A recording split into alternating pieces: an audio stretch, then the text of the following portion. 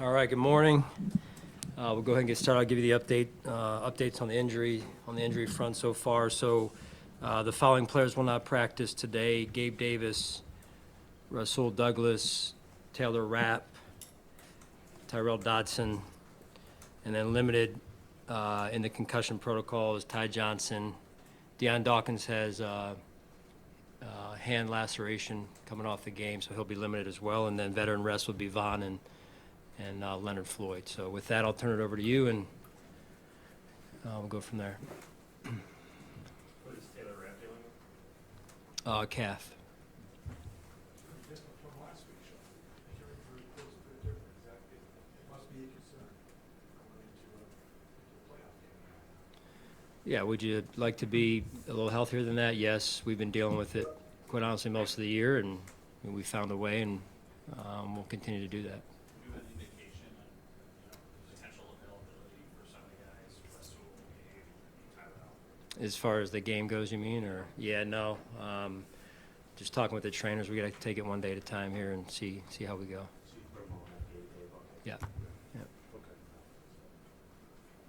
Hey, Sean, with Joe Brady, since you've observed him in his new role and worked with him, what has stood out about his process and how he collaborates? Yeah, I would say, bless you, right from day one, and Joe in this role has been a great communicator, very collaborative, and his energy, allows for that. He's got good energy to get up out of his seat from his desk, go connect with said coach, and make sure they're aligned on the plan and the understanding of the plan, and or whatever it might be. So I think that's what stood out the most.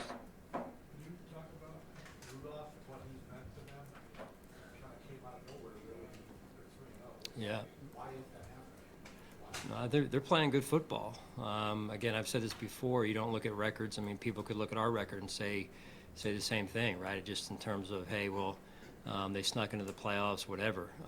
This is a good football team, undefeated under Mason Rudolph, and well coached, playing good on both sides of the ball and special teams. I think when you watch the last 3 games in particular, they're playing high quality football. What do you think about the physical, what do you see and know about the physical nature of their play on both sides of the line? Yeah. Line of scrimmage? Very physical, very, very physical. As physical as we've seen all season. They've also, I think I saw the stats, since week 9, they've run the ball more than any team in the league. Sunday could be one of those days in Orchard Park, so, their running game, what do you have to do to kind of keep that under control? Well, Well, it starts with a mindset. It starts with a mindset. So you got to have that, and that's really where it starts. So it's a physical game. They're a physical team. Look, if we want to have a chance, we got to play physical. There's no negotiating around that or finding a way around it. That's the style of football you have to play, in particular this time of year and against this football team. Sean, I know playoffs usually wipe the slate clean. The team you did before matters, but considering the mindset of your team for over a month has been playoff must-win scenarios, do you encourage them to almost carry that over as opposed to normal years entering the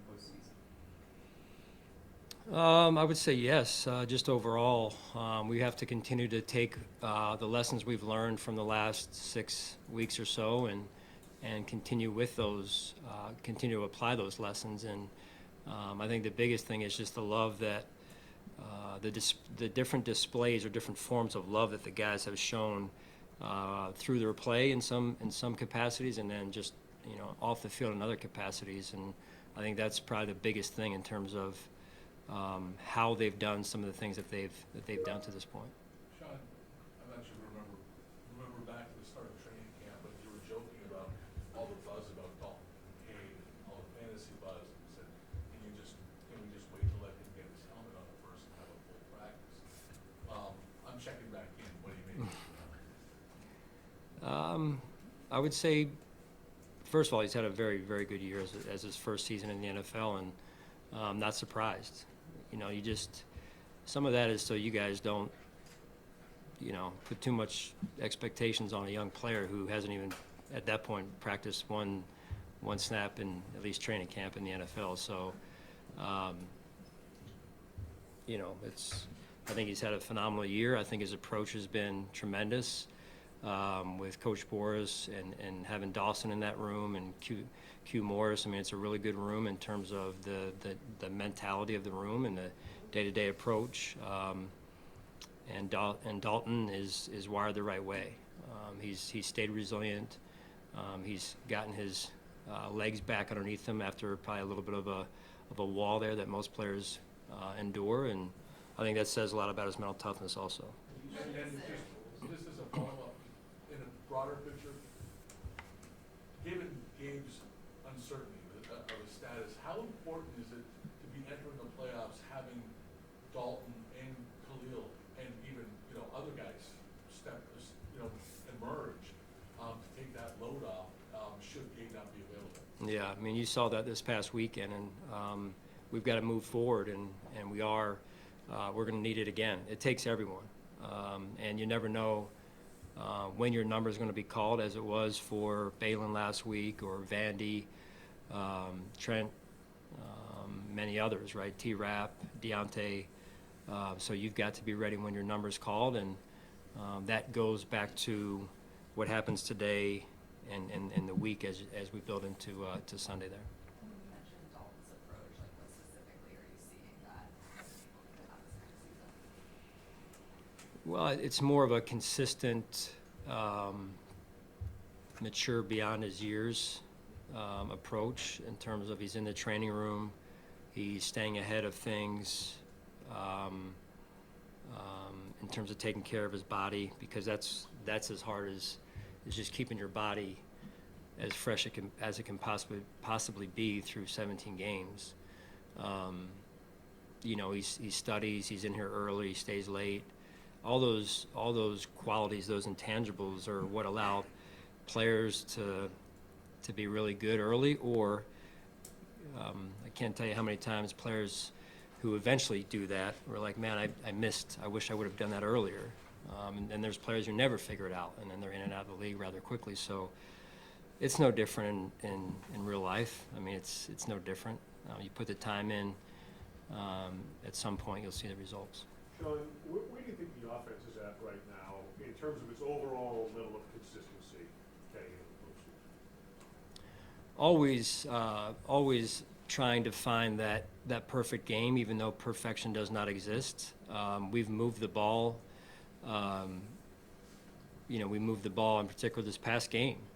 And so it's, hey, what can we do to continue to improve? And that is true of the offense. It's true of all three phases,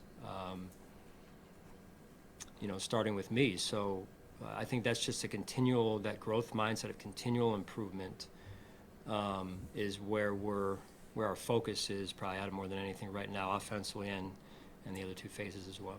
With James Cook's emergence this season, having two wide receivers such as Khalil Shakir and Gabe Davis, their willingness to do the dirty work and run blocking, how have you seen that open the door for James to kind of spread his wings here? Yeah, unselfishness is one of the qualities of great teams, and I'm not saying we're there yet. I'm just saying that if you want to be great, you've got to be willing to serve, and you've got to be willing to be that teammate that's willing to do the dirty work. That 1/11th mindset that we refer to quite often here. Without that, it's just a group of individuals, independent contractors. So I would say that you saw that quite frequently in the game the other night, and we need more of it. And that just goes back to, as I said earlier, I'm not sure who asked the question, maybe John did, but just the different displays of love for your teammates, for the team, it comes out in different forms, and I think that's one of the areas you're talking about right there. Those end of game situations this week study a lot during the bye week and the success you had since then with it. Is there anything that stands out as working in those, especially on the defensive side with that being something you look at specifically? It's been different each time, I would say. I think more than anything, it's belief. It's a mindset, and I would say that we practiced it before. Now we're practicing it more full speed, So I think those are invaluable exposures for us every week. Sean, the run defense has done a really good job creating negative plays, either tackles for loss or no gain. But on the flip side of that, it's also given up a fair share of explosive runs too. Do those correlate in any way in your mind, and how do you try to limit one with maximizing the other? Yeah, no, fair question, Jay. It's we've got to be more consistent, right? And that starts with just great run fundamentals, and not going down that rabbit hole right now. But there's a lot of things that go into it, right? In terms of fundamentals, playing with your hands, playing with good pad level, being in your gap, fitting where you're supposed to fit. And again, similar to the question earlier that Alex asked, it takes all 11, not just the front. It's an all 11 total defensive team effort in that regard. So I've got to start by putting them in the right positions to be there, to be that in terms of the run game and then the technique that's involved there. Sean, 3 minutes to go in the game, 4th and 1. You're in your own territory.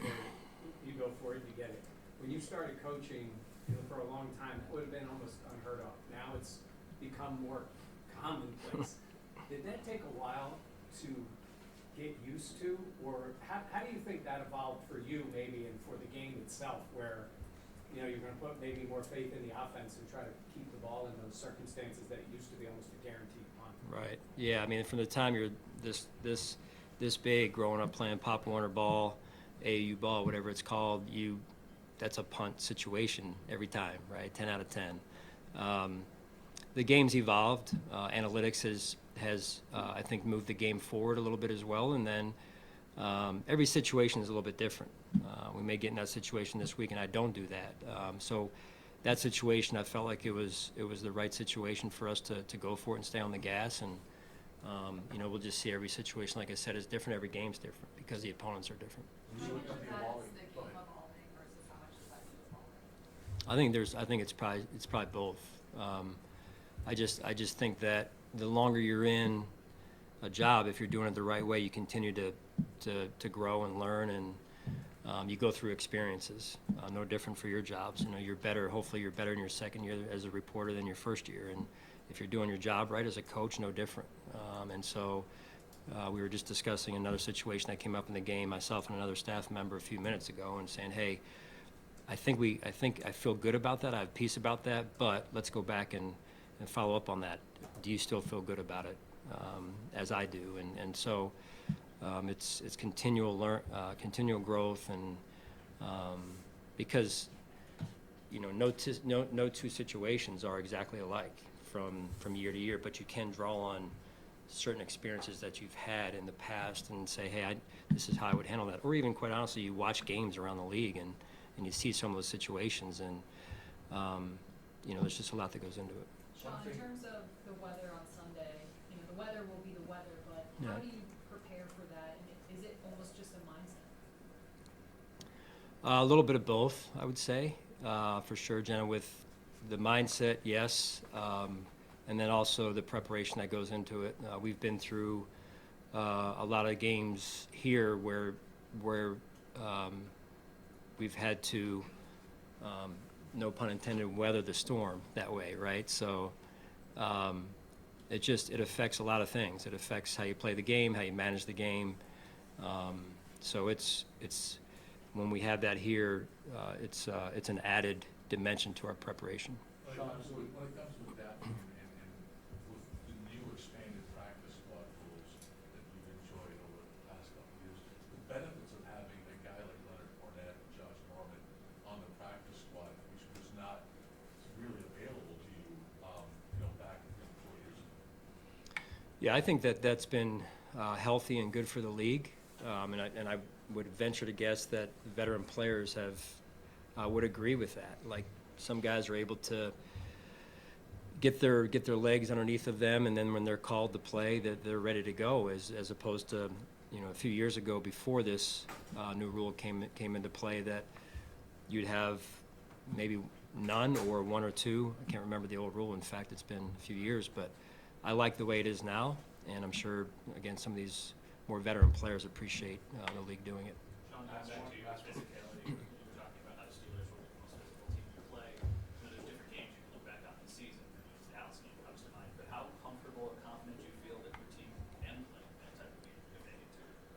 Very confident, yeah. But that's why we're going out to practice today as well, to continue to work on those key fundamentals that we're going to need to execute come Sunday. Thank you.